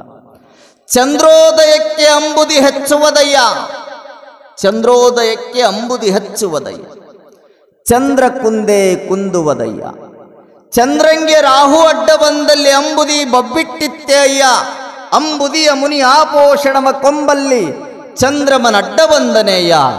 ಆರಿಗಾರು ಇಲ್ಲ, ಕೆಟ್ಟವಂಗೆ ಕಳೆ ಇಲ್ಲ, ಜಗದ ನಂಟ ನೀನೇ ಅಯ್ಯ, ಕೂಡಲ ಸಂಗಮ ದೇವ ಅಂತ ಬರೀತಾರೆ ಬಸವಣ್ಣವರು. ಚಂದ್ರನ ನೋಡಿರೆ ನೀವು? ಚಂದಪ್ಪನ ನೋಡಿರೆ? ಬಾಗೇವಾಡಿಯಾಗಿರೋ ಚಂದಪ್ಪ ಅಲ್ಲ, ಆಕಾಶದಾಗಿರೋ ಚಂದಪ್ಪ. ಆ ಚಂದಪ್ಪ ದಿನನಿತ್ಯ ಹೇಗಿರ್ತಾನೆ? ಹೇಗಿರ್ತಾನ್ರಿ? ದಿನ ಎಷ್ಟು ದೊಡ್ಡವಿರ್ತಾನ ಸಣ್ಣವಿರ್ತಾನ? ನೀವ್ಯಾರು ಮ್ಯಾಲೆ ನೋಡೇ ಇಲ್ಲ. ನಿಮ್ಮ ಕಣ್ಣು ಒಟ್ಟ ಮ್ಯಾಲೆ ಹೋಗಿಲ್ಲ, ಬರೀ ಆಸ್ತಿ ಮೇಲೆ, ಸಂಪತ್ತಿನ ಮೇಲೆ, ಮನಿ ಮೇಲೆ, ಹೆಂಡ್ರ ಮೇಲೆ, ಮಕ್ಕಳ ಮೇಲೆ ಇಟ್ಟ ಹೋಗೈತಿ. ಆಕಾಶದಲ್ಲಿರುವಂತ ಚಂದ್ರ ದಿನನಿತ್ಯ ಏಟಿರ್ತಾನಂದ್ರೆ ಸಣ್ಣವನಾಗಿರ್ತಾನೆ. ಚಂದಪ್ಪ ಚಿಕ್ಕದಿರ್ತದೆ. ಹುಣ್ಣಿಮೆ ಸಮೀಪ ಬಂತು, ಹುಣ್ಣಿಮೆ ದಿನ ಚಂದ್ರ ಬಹಳ ದೊಡ್ಡವಾಗಿರ್ತಾನ. ಚಂದ್ರೋದಯಕ್ಕೆ ಅಂಬುದಿ ಹೆಚ್ಚುವುದಯ್ಯ ಅಂತಾರೆ ಬಸವಣ್ಣವರು. ಹುಣ್ಣಿಮೆಯ ಸಂದರ್ಭದೊಳಗ ಚಂದ್ರ ಹೆಂಗ ದೊಡ್ಡವಾಗ್ತಾನ, ಹಂಗ ಸಮುದ್ರದ ಅಲೆಗಳು ದೊಡ್ಡವಾಗ್ತವೆ ಅಂತಾರೆ ಬಸವಣ್ಣವ್ರು. ಎಷ್ಟು ಜ್ಞಾನ ನೋಡ್ರಿ ಅವರಿಗೆ, ಎಂಥ ಜ್ಞಾನ ಬಸವಣ್ಣವರಿಗೆ. ಯಾವಾಗ ಹುಣ್ಣಿಮೆ ದಿನ ಚಂದ್ರ ದೊಡ್ಡವಾಗ್ತಾನ, ಅಲ್ಲಿ ಸಮುದ್ರದ ಅಲೆಗಳೂ ಸಹಿತ ಬಹಳಷ್ಟು ಎತ್ತರ ಮಟ್ಟದೊಳಗ ಬೀಸ್ತಿರ್ತಾವೆ, ಸೂಸ್ತಿರ್ತಾವೆ. ಯಾವಾಗ ಚಂದ್ರ ಕುಗ್ಗುತ್ತಾನ, ಸಣ್ಣವನಾಗ್ತಾನ, ಅವಾಗ ಸಮುದ್ರದ ಅಲೆಗಳು ಸಣ್ಣವಕ್ಕವಂತಾರೆ ಬಸವಣ್ಣವರು. ಇಷ್ಟು ಅವಿನಾಭಾವ ಸಂಬಂಧ ಇದೆ, ಇಷ್ಟು ಪ್ರೇಮ ಭಾವ ಇದೆ ಚಂದ್ರನಿಗೂ ಮತ್ತು ಸಮುದ್ರಕ್ಕ. ಸಮುದ್ರಕ್ಕೆ ಮತ್ತು ಚಂದ್ರನಿಗೂ ಇಷ್ಟು ಪ್ರೀತಿ ಐತಲ್ಲ. ಒಂದು ಸಾರಿ ಚಂದ್ರನಿಗೆ ಸಮಸ್ಯೆ ಬರ್ತದೆ. ರಾಹು ಅನ್ನುವಂಥ ಗ್ರಹ ಬಂದು ಚಂದ್ರನನ್ನು ನುಂಗಿದಾಗ ಆ ಸಂದರ್ಭವನ್ನು ನಾವು ಚಂದ್ರಗ್ರಹಣ ಅಂತ ಕರಿತೇವೆ. ಅಂತ ಚಂದ್ರಗ್ರಹಣವನ್ನ ಹಿಡಿಯುವಂಥ ಸಂದರ್ಭದೊಳಗ ಈ ಸಮುದ್ರ ಏನಾದರೂ ಅಷ್ಟು ಪ್ರೀತಿ ಐತಲ್ಲಪ್ಪ, ಅದು ದೊಡ್ಡದಾದ್ರೆ ದೊಡ್ಡವಕ್ಕನ, ಸಣ್ಣವನಾದ್ರೆ ಸಣ್ಣ ಅಕ್ಕವಲ್ಲ. ಸಮುದ್ರದ ತೆರೆಗಳು ಅಷ್ಟು ಪ್ರೀತಿ ಇರುವಂಥ ಸಮುದ್ರ ಬಂದೇನಾದರೂ ಆ ರಾಹುವಿಗೆ ಹೇಳ್ತೇನು, ನನ್ನ ಗೆಳೆಯ ಅದಾನವ, ಅವನ ನುಂಗಬೇಡ, ಅವನಿಗೆ ತ್ರಾಸ ಕೊಡಬೇಡ, ಬೇಡ ಅಂತ ಏನಾದರೂ ಆ ರಾಹುನ ನುಂಗಲಿಕ್ಕೆ ಬಂದಂಥ ಸಂದರ್ಭದೊಳಗ ಚಂದ್ರಮನನ್ನ ಕಾಪಾಡುವುದಕ್ಕಾಗಿ ಆ ಸಮುದ್ರ ಬಂತ? ಪ್ರಶ್ನೆ ಮಾಡ್ತಾರೆ. ಯಾರಿಗೆ ಯಾರೂ ಇಲ್ಲ, ಯಾರು ನಾವು ಭಾಳ ಪ್ರೀತಿ ಮಾಡ್ತೀವ್ರಿ, ಗೆಳೆಯ ಭಾಳ ಚಲೋ ಅದಾನ, ದೋಸ್ತಿ ಅದಾನ, ಪ್ರಾಣಕ್ಕೆ ಪ್ರಾಣ ಕೊಡ್ತಾನ ಅಂದ್ರೂ ಸಹಿತ ಗೆಳೆಯ ಸಾಯುವ ಸಂದರ್ಭದಲ್ಲಿ ಕಷ್ಟದೊಳಗೆ ಬಂದು ಕೈ ಹಿಡಿಯೋದಿಲ್ಲ ಅಂತಾರೆ ಶರಣರು. ಕೈ ಹಿಡಿಯೋದಿಲ್ಲ. ಆ ಸಮುದ್ರ ಹತ್ರರ ಬಂದು ಕಾಪಾಡಬೇಕನ್ನುವಂಥ ಭಾವನೆಯಿಂದ ಈ ಚಂದ್ರನ ಕಷ್ಟವನ್ನು ಪರಿಹಾರ ಮಾಡ್ತಾ ಅಂತಾರೆ ಬಸವಣ್ಣವರು. ಮಾಡಲಿಲ್ಲ. ಅದೇ ಸಂದರ್ಭದೊಳಗೆ ಅದೇ ಒಂದು ಸಮಯಕ್ಕೆ ಒಂದು ಘಟನಾ ನಡೀತದೆ. ಏನು ಅಂದ್ರೆ, ಸಮುದ್ರದ ನೀರನ್ನ ಅಗಸ್ತ್ಯ ಮಹರ್ಷಿಗಳು ಬಗಸೆಯಿಂದ ತೆಗೆದುಕೊಂಡು ಕುಡಿದ್ರು ಅಂತ ಪೌರಾಣಿಕ ಕಥೆಯನ್ನು ನಾವು ಕೇಳ್ತೇವೆ. ಅಂತ ಪೌರಾಣಿಕ ಕಥೆಯನ್ನು ಕೇಳುವಂತ ಸಂದರ್ಭದೊಳಗಾದ್ರೂ ಆ ಮಹರ್ಷಿ ಏನಾದ್ರೂ ಬಂದು ನೀರನ್ನು ಕುಡಿಯುವಾಗ ಚಂದ್ರರ ಬಂದು, ನೋಡಪ್ಪ ಅವ ನನ್ನ ಜೀವದ ಗೆಳೆಯ ಅದಾನ, ನನಗ ಅವನಿಗೆ ಬಹಳ ಸಂಬಂಧದ, ಪ್ರೀತಿಯದ, ವಾತ್ಸಲ್ಯದ, ಅವನಿಗೆ ನೋವು ಕೊಡಬೇಡ, ಆ ನೀರು ಕುಡಿಬೇಡ ಅಂತ ತಿಳ್ಕೊಂಡೇನಾದ್ರೂ ಚಂದ್ರ ಬಂದು ಆ ಅಂಬುದಿಗೆ ಸಮುದ್ರಕ್ಕೆ ಬಂದಂತ ಕಷ್ಟವನ್ನು ಬಿಡಿಸ್ತಾ ಇಲ್ಲ. ಅದಕ್ಕೆ ಬಸವಣ್ಣವರಂತಾರ, ಆರಿಗಾರೂ ಇಲ್ಲ ಜಗದ ನಂಟ ನೀನೇ ಅಯ್ಯ ಕೂಡಲ ಸಂಗಮ ದೇವ ಅಂತಾರವ್ರು. ಯಾರಿಗೆ ಯಾರೂ ಇಲ್ಲ, ಎಲ್ಲದಕ್ಕೂ ನಂಟ, ಎಲ್ಲದಕ್ಕೂ ಸಂಬಂಧ ಯಾರು ಅಂದ್ರೆ ಅದು ಕೇವಲ ಭಗವಂತ ಮಾತ್ರ, ದೇವರು ಮಾತ್ರ, ಕೂಡಲ ಸಂಗಮ ಮಾತ್ರ ಅನ್ನುವಂಥ ಸಿದ್ಧಾಂತವನ್ನು ಈ ನಾಡಿಗೆ ಕೊಟ್ಟಾತ ಅದು ಕಲ್ಯಾಣದ ಬಸವಣ್ಣವರು ಅನ್ನೋದು ನಮಗೆ ತಿಳಿಬೇಕು. ಅದಕ್ಕೆ ಹೇಳೋದು, ನೀವು ಯಾರಿಗೆ ಯಾರೂ ಇಲ್ಲ ಅಂತ ಜೀವನ ಮಾಡ್ರಿ, ಎಲ್ಲರೂ ಅದಾರ ಅಂತ ಜೀವನ ಮಾಡಬೇಡಿ. ಸಾಯುವಂಥ ಸಮಯದೊಳಗೆ ಯಾರಿಗೆ ಯಾರೂ ಇರೋದಿಲ್ಲ. ಕಷ್ಟಗಳು ಬಂದಾಗ ಒಬ್ಬರಿಗೊಬ್ಬರು ಬೆನ್ನೆಲುಬಾಗಿ ನಿಲ್ಲೋದಿಲ್ಲ. ಕೈಗೆ ಕೈ ಕೊಟ್ಟು ನಿಮ್ಮನ್ನ ಮೇಲಕ್ಕೆ ತರುವಂತ ಜನಗಳು ಈ ಭೂಮಿ ಮೇಲೆ ಇರೋದಿಲ್ಲ. ಎಲ್ಲರೂ ಕೈ ಕೊಡೋರ ಅದಾರ. ಅದಕ್ಕೆ ನಿಮ್ಮ ಕೈಯನ್ನ ಗಟ್ಟಿಯಾಗಿ ನೀವೇ ಹಿಡ್ಕೊಂಡು ಆ ಕೈಯನ್ನ ಜನಗಳಿಗೆ ಕೊಡುವ ಬದಲು ಆ ಕೈಯಿಂದ ಕೈ ಮುಗಿದು ಭಗವಂತನನ್ನು ಕೂಡುವಂತ ವ್ಯವಸ್ಥೆಯನ್ನು ನಾವೆಲ್ಲರೂ ಮಾಡಿಕೊಳ್ಬೇಕು. ಭಗವಂತನಿಗೆ ಮೊರೆ ಹೋಗ್ಬೇಕಂತ. ಅದಕ್ಕೆ ನಾವಂತೀವಿ, ಎಲ್ಲ ನಾವ ಮಾಡಿವ್ರಿ ಅಜ್ಜಾರ, ಏನ್ರಿ ಅಜ್ಜಾರ, ಹೆಂಡ್ರು ಮಕ್ಕಳು ಆಸ್ತಿ ಎಲ್ಲ ನಂದು ಅನ್ನೋದಲ್ಲ ನಾವು. ಇದು ಮನೆ ಯಾರ್ದು? ನಂದ್ರಿ ಅಜ್ಜಾರ. ಇವ್ರು ಯಾರು ಹೆಣ್ಮಕ್ಳು? ಇವ್ರು ನಮ್ಮ ಮನೆಯವ್ರಿ, ನಮ್ಮ ಶ್ರೀಮತಿ ರೀ, ನಮ್ಮ ಧರ್ಮಪತ್ನಿ. ಇವ್ಯಾರು ಮಕ್ಕಳು? ನಮ್ಮವರೇ ಅಜ್ಜಾರ. ಹೊಲ ಎಷ್ಟೈತಿ? 100 ಎಕರೆ ಐತಿ. ಯಾರ ಹೆಸರ್ಲಿ ಐತಿ? ನನ್ನ ಹೆಸರ್ಲಿ ಐತ್ರಿ ಅಜ್ಜಾರ ಅಂತ ನೀವೆಲ್ಲ ಹೇಳ್ತಿರಲ್ಲ, ಅವು ಯಾವುದೂ ನಿಂದಲ್ಲ. ಅದಕ್ಕೆ ಅಲ್ಲಮ ಬರಿತಾನೆ ಏನಂತ, ಭೂಮಿ ನಿನ್ನದಲ್ಲ, ಹೇಮ ನಿನ್ನದಲ್ಲ, ಕಾಮಿನಿಯು ನಿನ್ನವಳಲ್ಲ, ಇವೆಲ್ಲ ಜಗಗಿಕ್ಕಿದ ವಿಧಿಗಳು ಅಂತಾರೋ. ನಿನ್ನ ಒಡವೆ ಎಂಬುದು ಒಂದೇ ಒಂದು ರತ್ನ, ಆ ದಿವ್ಯ ರತ್ನವನ್ನು ನೀನು ಅಲಂಕರಿಸಿದ ಯಾದೊಡೆ, ನಿನ್ನಂತ ಸಿರಿವಂತರಿಲ್ಲ ಕಾಣ ಗುಹೇಶ್ವರ ಲಿಂಗದಲ್ಲಿ ಅಂತ ಬರೀತಾರೆ ಅಲ್ಲಮರು. ಭೂಮಿನಿಂದಲಪ್ಪ ಅಜ್ಜಾರ, 100 ಎಕರೆ ಯಜಮಾನ ನಾನದಿ ನಿಂತಿಯಲ್ಲ, ನೀನೇನಾರು ಇನ್ನೇನು ಹಾಸಿಗೆ ಹಿಡಿದು ಹೋಗುವಾಗ ನಿನ್ನ ಹೆಸರಲ್ಲೇ ನಿತ್ತು, ಹಾಸಿಗೆ ಹಿಡಿದು ಇನ್ನೇನು ವಾರ 15 ದಿನ ತಿಂಗಳದೊಳಗೆ ಹೋಗಬೇಕಾದ್ರೆ ನಿನ್ನ ಮಗ ಬರ್ತಾನೆ, ಅಪ್ಪ ಸಾಯಕತ್ತಿಯಲ್ಲ, ನಿನ್ನ ಆಸ್ತಿ ನನ್ನ ಹೆಸರಲ್ಲಿ ಮಾಡು ಅಂತಾನೆ. ಹಾಗಾದ್ರೆ ಆಸ್ತಿ ನಿಂದೇನು ಅಲ್ಲ. ಕೈ ಹಿಡಿದ ಹೆಂಡತಿ ಅಜ್ಜವರ ಸಾವಿರಾರು ಮಂದಿ ಮುಂದ ನಾನು ನನ್ನ ಕೈಯಾರೆ ತಾಳಿ ಕಟ್ಟೀನಿ, ಸಪ್ತಪದಿಯನ್ನ ತುಳಿದೀನಿ, ಆಕೆಯೂ ಸಹಿತ ನನ್ನ ಹೆಂಡತಿ ಅಲ್ಲ ಅಂತಿರಲ್ಲಂತ ಕೇಳಿದ್ರೆ ಅಲ್ಲ, ಆಕಿ ಅಲ್ಲ, ನೆಪಕ್ಕೆ ಮಾತ್ರ ಹೆಂಡತಿ. ನಿನಗೆ ಆಪತ್ತು ಬಂದಾಗ ಅದೇ ಹೆಂಡತಿ ನಿನಗೆ ಜೀವ ಕೊಡುದಿಲ್ಲ ತಮ್ಮ, ಜೀವ ಕೊಡುದಿಲ್ಲ. ಹಾಗಾಗಿ ಅಲ್ಲಮರು ಅಂತಾರ, ಹೆಂಡತಿಯೂ ನಿನ್ನಾಕೆಲ್ಲ, ಹೇಮ ಬಂಗಾರವು ಸಹಿತ ನಿಂದಲ್ಲ ಅಂತಾರವರು.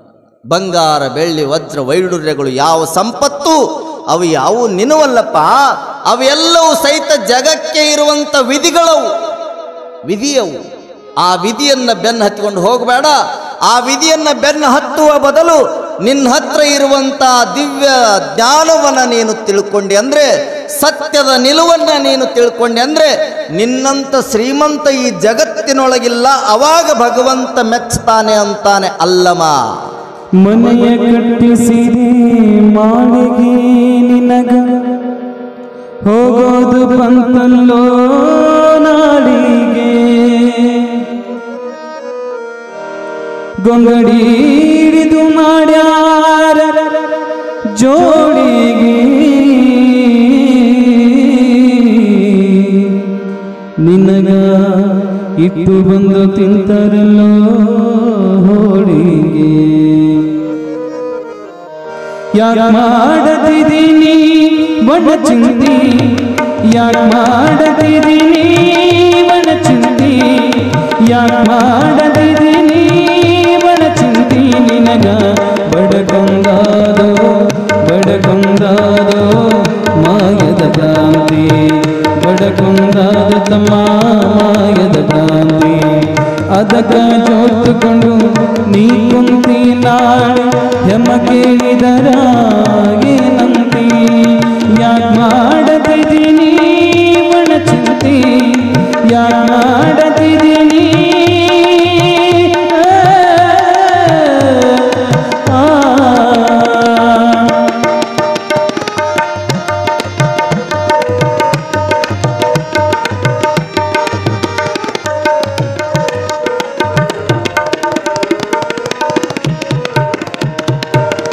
ಎಂಡರ ಮಕ್ಕಳ ಸಂಪತ್ತು ಅದು ನೀ ಹುಟ್ಟಿದಾಗ ಎಲ್ಲಿತೋ,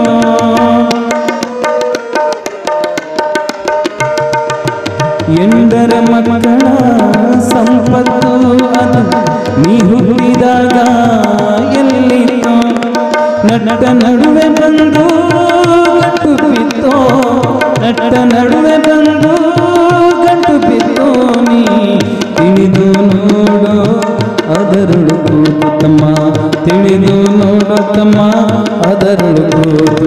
ಯಾಕ ಮಾಡದಿದ್ದೀನಿ ಬಡ ಚಿಂತಿ, ಯಾಕ ಮಾಡದಿದ್ದೀನಿ ಹೇ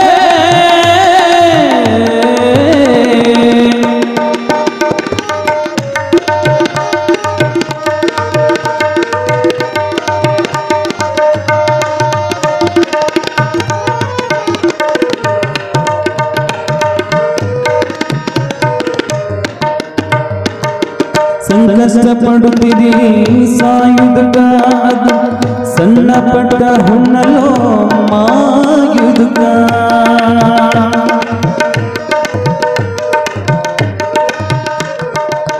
ಸಂಕಷ್ಟ ಪಡುತ್ತಿದ್ದೀ ಸಾಯುವುದಕ್ಕ, ಸಂಕಷ್ಟ ಪಡುತ್ತಿದ್ದೀ ಸಾಯುವುದಕ್ಕ, ಅದು ಸಣ್ಣ ಪಟ್ಟ ಹುಣ್ಣಲೋ ಮಾಯುವುದಕ್ಕ. ಕರ್ತೃ ಗುರು ಶ್ರೀ ಮಾತನ ಬಲ್ಲ ಮಾಂತೇಶನ ಮಾಂತೇಶ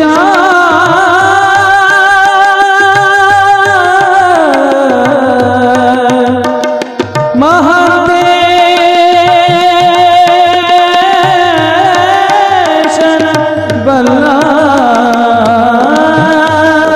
ಕರ್ತೃ ಗುರು ಶ್ರೀ ಮಾತನ ಬಲ್ಲ, ಅವನ ಹೊರತು ಮತ್ತಾರಿಲ್ಲ ತಮ್ಮ, ಅವನ ಹೊರತು ಮತ್ತಾರಿಲ್ಲ. ಯಾಕ ಮಾಡದಿದ್ದೀನಿ ಬಡ ಚಿಂತಿ, ಯಾಕ ಮಾಡದಿದ್ದೀನಿ ಬಡ ಚಿಂತಿ, ನಿನಗ ಬಡಕೊಂಡಾದೋ ಬಡಕೊಂಡಾದ ತಮ್ಮ ಮಾಯದ ಕ್ರಾಂತಿ, ಬಡಕೊಂಡಾದ ತಮ್ಮ ಮಾಯದ ಕ್ರಾಂತಿ, ಬಡಕೊಂಡಾದೋ ಮಾಯದ ಭ್ರಾಂತಿ. ಜಯ ಮಂಗಲಂ ಜಯ ನಮಃ ಪರಾಪದೇ ಶಿವ ಹರ ಹರ ಮಹಾದೇವ. ಯಾಕೆ ಮಾಡ್ತಿದ್ದೋ ನೀ ಒಣಚಿಂತಿ, ಅದಕ್ಕೆ ಜೋತುಕೊಂಡು ನೀ ಕುಂತಿ, ನಾಳೆ ಯಮ ಬಂದು ಕೇಳಿದರೆ ಏನಂತಿ ಅಂತಾರವ್ರು. ನಾವು ಒಣ ಚಿಂತೆಯನ್ನು ಮಾಡ್ತೇವೆ. ಹೊಲ ಹೆಂಡತಿ, ಮಡದಿ, ಮಕ್ಕಳು, ಮನೆ, ಆಸ್ತಿ, ಅಂತಸ್ತು ಇವೆಲ್ಲವೂ ಸಹಿತ ನನ್ನದೆಂಬ ಸ್ವಾರ್ಥ ಭಾವ ನಮ್ಮದಿದೆ. ಇದು ಎಲ್ಲದೂ ನಮ್ಮದೇ ಅನ್ನುವಂಥ ಸ್ವಾರ್ಥ ಭಾವ. ಆದರೆ ಶರಣರು ಹಾಗಿದ್ದಿಲ್ಲ. ಶರಣರು ಅರ್ಥ ಮಾಡಿಕೊಂಡಿದ್ರು, ಈ ಮತಿಯಿಲ್ಲದ ಮಾನವ ಸ್ವಾರ್ಥ ಭಾವದಿಂದ ಇದು ಎಲ್ಲ ನಂದು ಅಂತಾನಲ್ಲ, ಇದು ಯಾವುದು ಅವಂದಲ್ಲ ಅನ್ನೋದು ಅವನಿಗೆ ಗೊತ್ತಿಲ್ಲ. ಶರಣರೆಲ್ಲರೂ ಇದು ಎಲ್ಲದು ನಮ್ಮದಲ್ಲ, ದೇವರು ಕೊಟ್ಟ ಕಾಣಿಕೆ ಅನ್ನುವಂಥ ಭಾವದಲ್ಲಿ ಬದುಕಿದ್ರು ಅವರು. ಹೊಲ, ಮನಿ, ಆಸ್ತಿ, ಅಂತಸ್ತು, ಸಿರಿ, ಸಂಪತ್ತು ಎಲ್ಲದು ಅದು ಯಾವುದು ನಮ್ಮದಲ್ಲ. ಸುಮ್ಮನೆ ಒಣ ಭ್ರಾಂತಿಯೊಳಗೆ ಬದುಕ್ತಾ ಇದ್ದೀವಿ. ಎಲ್ಲದು ನಂದು, ಇನ್ನೂ ಗಳಿಸ್ಬೇಕು. ಗಳಿಸಿದ್ದನ್ನ ಬಳಸಾಕ ಹಿಂಜರಿತೈತಿ ಮನುಷ್ಯ. ಗಳಿಸ್ಬೇಕು. ಯಾರಿಗಾಗಿ ಗಳಿಸ್ತಿ? ಇಲ್ರಿ, ನಾನು ಹೋಗಾವದಿನಿ, ಇಂದಿಲ್ಲ ನಾಳೆ, ಮುಂದಾದರೂ ನನ್ನ ಮಕ್ಕಳು ಮೊಮ್ಮಕ್ಕಳು ಅವರೆಲ್ಲ ಚಲೋ ಇರಲಿ ಅಂತ ಗಳಿಸ್ತೀವಂತಾರ. ಹಾಗಲ್ಲ, ಮುಂದಿಂದನ್ನು ವಿಚಾರ ಮಾಡಬಾರ್ದಪ್ಪ. ನಾವು ಶರಣ ತತ್ವವನ್ನು ತಿಳ್ಕೊಳ್ತೀವಿ ಅಂದರೆ, ಶರಣರ ಸಿದ್ಧಾಂತವನ್ನು ಅರ್ಥ ಮಾಡಿಕೊಳ್ತೀವಿ ಅಂದರೆ, ನಾಳಿದು ನಾವು ಚಿಂತೆ ಮಾಡಬಾರ್ದು, ಇಂದಿಂದ ಇವತ್ತೇ ಚಿಂತೆ ಮಾಡಬೇಕು ಅಂತಾರ. ಇಂದಿಂದನ್ನು ಮಾತ್ರ ವಿಚಾರ ಮಾಡು, ನಾಳಿದನ್ನು ಮಾಡಬೇಡ.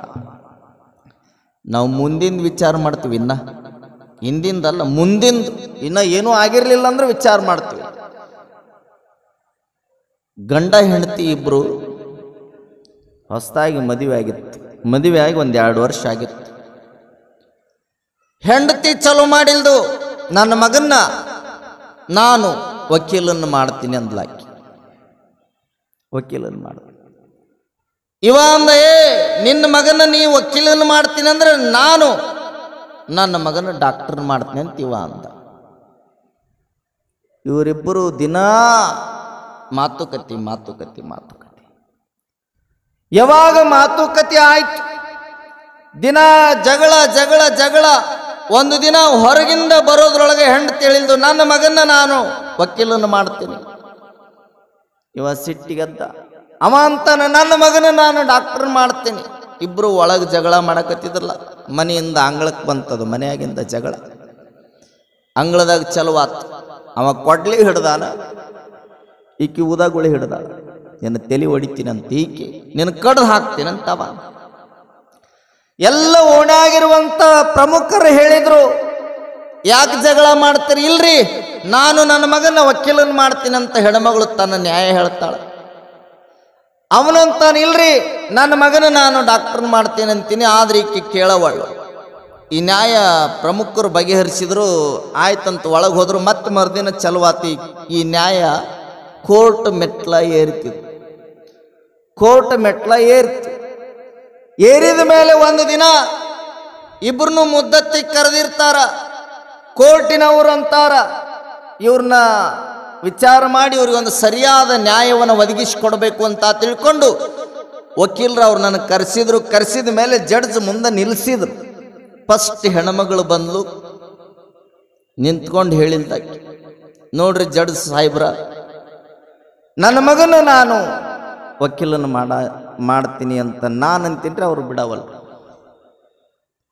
ಆಯ್ತು, ಅವನು ಕರೆಸಿದ್ರು. ಇದೆಲ್ಲ ಕೇಳಿದ್ರು. ಕೇಳಿದ ಮೇಲೆ ಫಿರ್ಯಾದಿ ಕೇಳಿದ ಮೇಲೆ ಅವನು ಕರೆಸಿದ್ರು. ಅವ ಬಂದ. ಅವ ಹೇಳಿದ, ಏನಪ್ಪ ನಿಂದು ನ್ಯಾಯ? ಏನಿಲ್ರಿ, ನನ್ನ ಮಗನ ನಾನು ಡಾಕ್ಟರ್ನ ಮಾಡವ. ಇಬ್ರು ಅಲ್ಲೋ, ಆಕಿ ನೋಡಿದ್ರ ವಕೀಲ್ ಅಂತಾಳ, ನೀ ನೋಡಿದ್ರ ಡಾಕ್ಟರ್ ಅಂತಿ. ಆ ಮಗನ ಕರೀರಿ, ಆ ಮಗನ ಕೇಳ್ತೀವಿ, ಯಾವ್ದು ಆ ಉತ್ತರ ಕೊಡ್ತಾನ ಅವಾಗ ನಾವು ತೀರ್ಮಾನ ಕೊಡ್ತೀವಿ ಅಂದ ಜಡ್ಜ.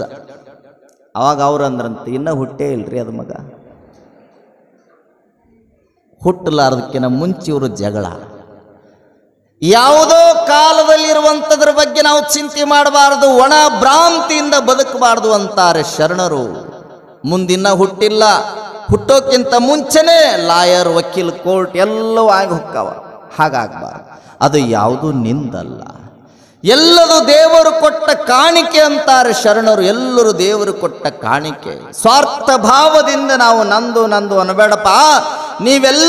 ನಾವೆಲ್ಲರೂ ಈ ಭೂಮಿಗೆ ಬಂದಿದ್ದು ಕೇವಲ ಅತಿಥಿಯಾಗಿ ಅಂತಾರೆ. ಸ್ವಾಮಿಗಳು ನಿಮ್ಮ ಮನೆಗೆ ಬರ್ತಾರ, ಬೀಗರು ನಿಮ್ಮ ಮನೆಗೆ ಬರ್ತಾರಲ್ಲ.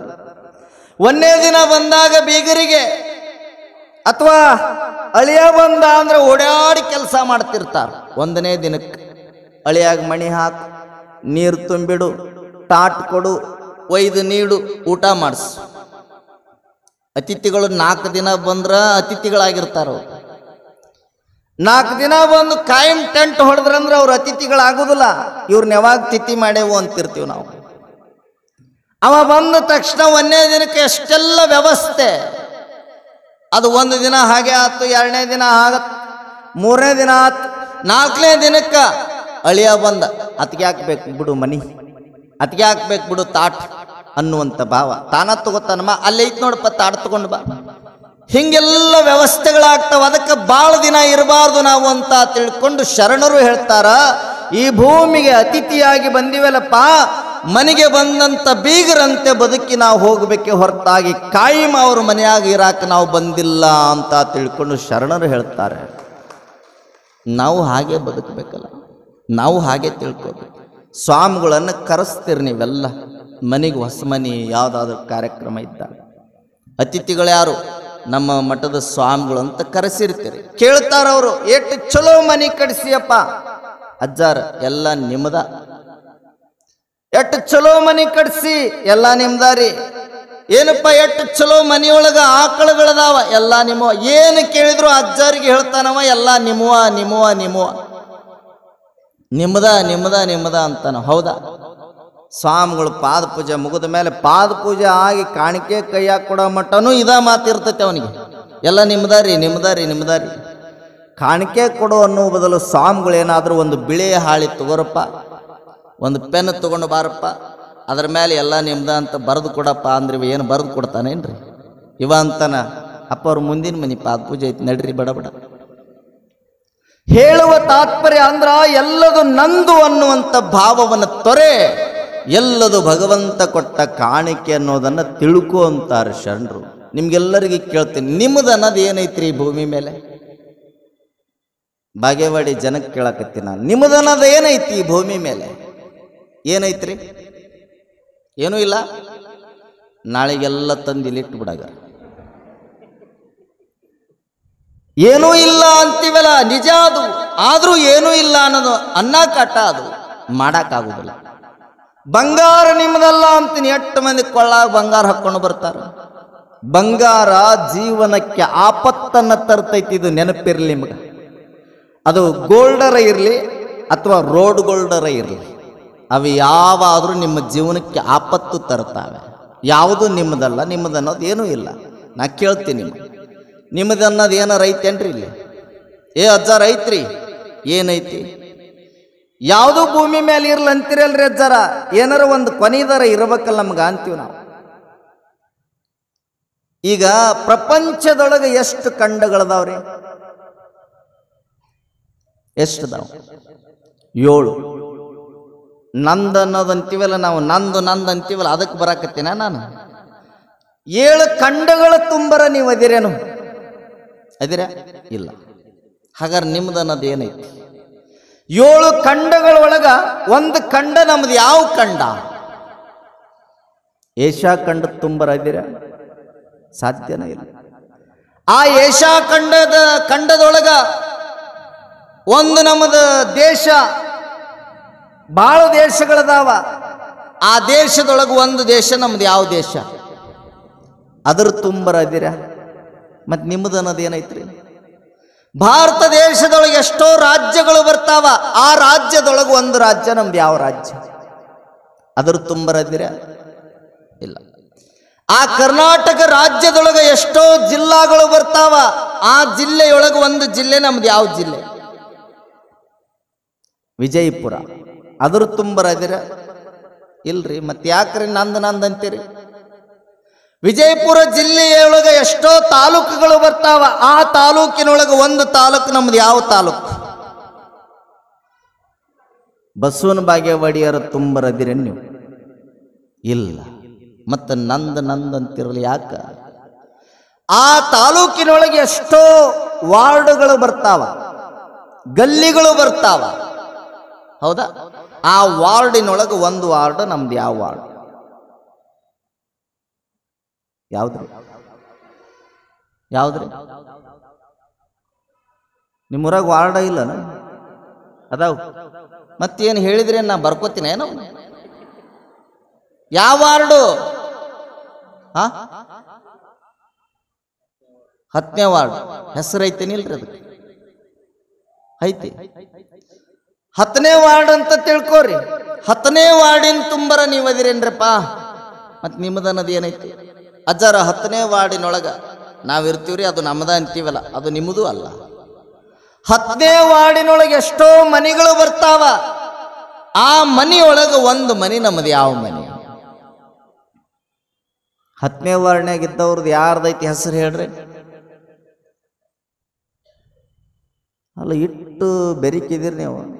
ಹೇಳಿ ಗಿಳಿದ್ರಿ ಎಲ್ಲಿ ಅಜ್ಜಾರ್ ತಮ್ಮ ಹೆಸರು ಟ್ರಾನ್ಸ್ಫರ್ ಮಾಡಿಕೊತಾರೆ ಏನಂತೀರೇನು? 10ನೇ ವಾರ್ಡಿನೊಳಗೆ ಒಂದು ಮನೆ ತಗೊಳ್ರಿ. ಯಾರ್ದಾರ ಒಂದು ಅಡ್ರೆಸ್ ಹೇಳ್ರಿ.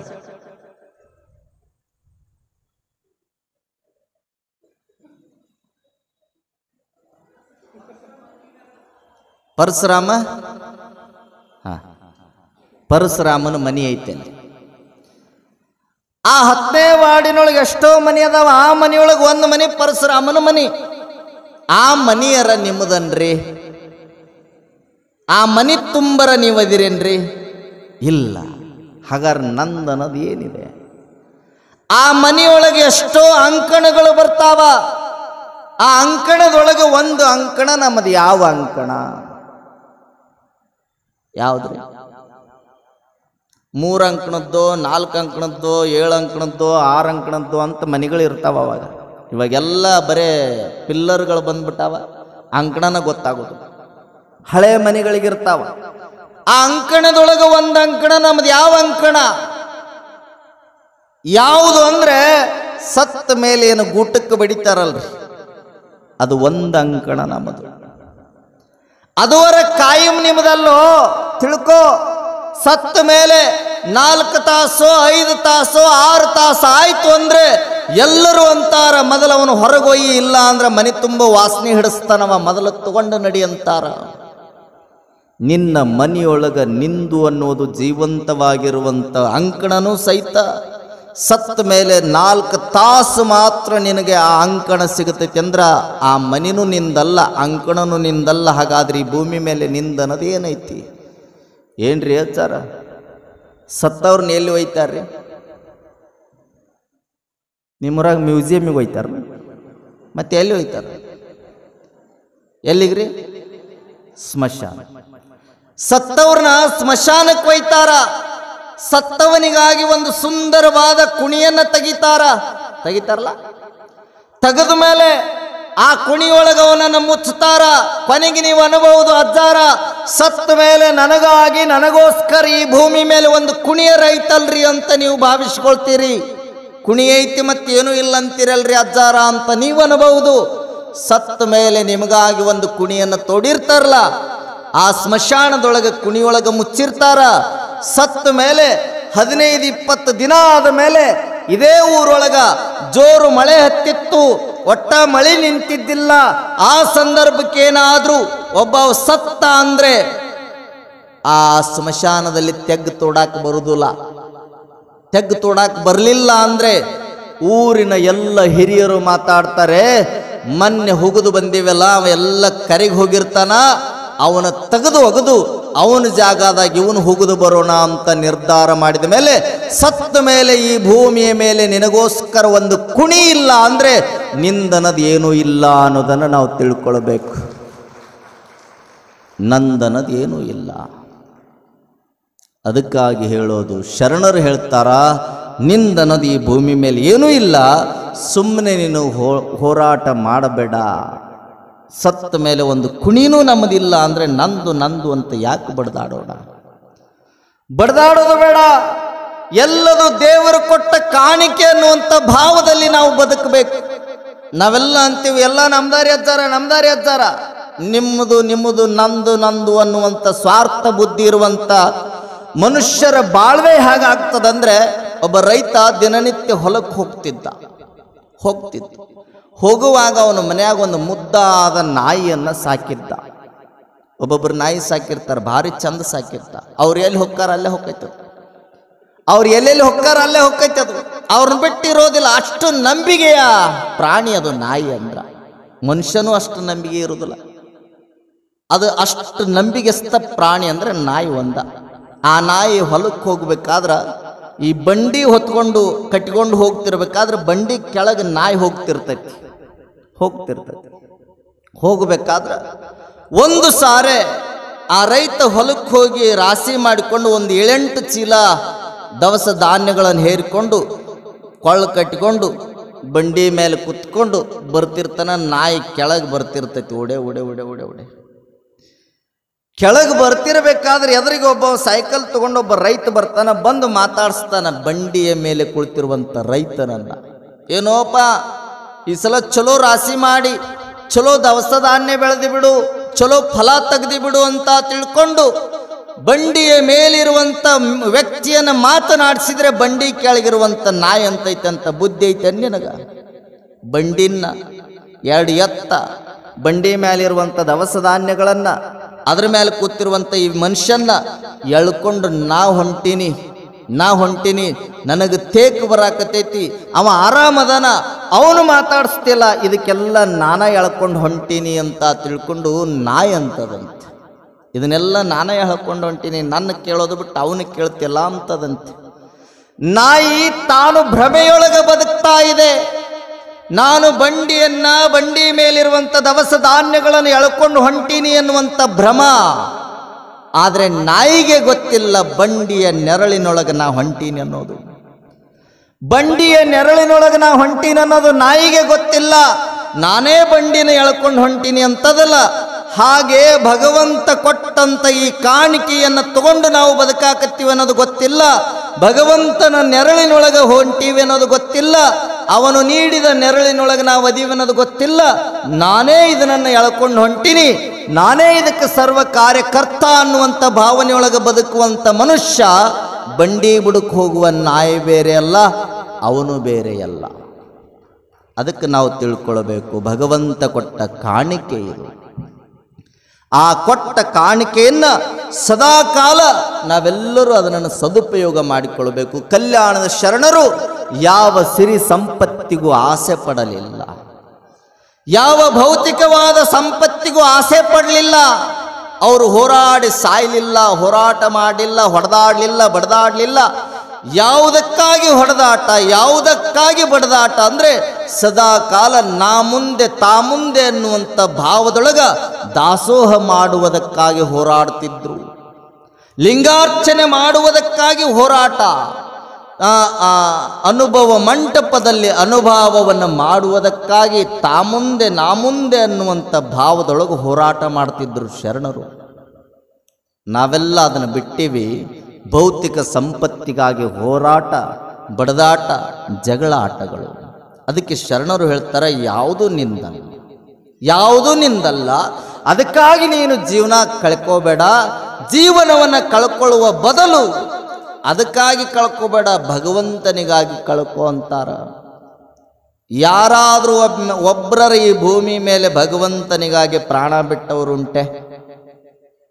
ಭಗವಂತನ ಹೆಸರಿನೊಳಗೆ ತುಪ್ಪ ಬಿಟ್ಟವರುಂಟು, ಅನ್ನ ಬಿಟ್ಟವರುಂಟು, ಉಪ್ಪು ಬಿಟ್ಟವರುಂಟು, ಕೇಶವನ ಬಿಟ್ಟವರುಂಟು, ದಾಡಿ ಬಿಟ್ಟವರುಂಟು, ಏನೆಲ್ಲ ಬಿಟ್ಟವರದಾರಿ ಭೂಮಿ ಮೇಲೆ. ಆದರೆ ಭಗವಂತನಿಗಾಗಿ ಯಾರು ಪ್ರಾಣವನ್ನು ಬಿಟ್ಟಿಲ್ಲ.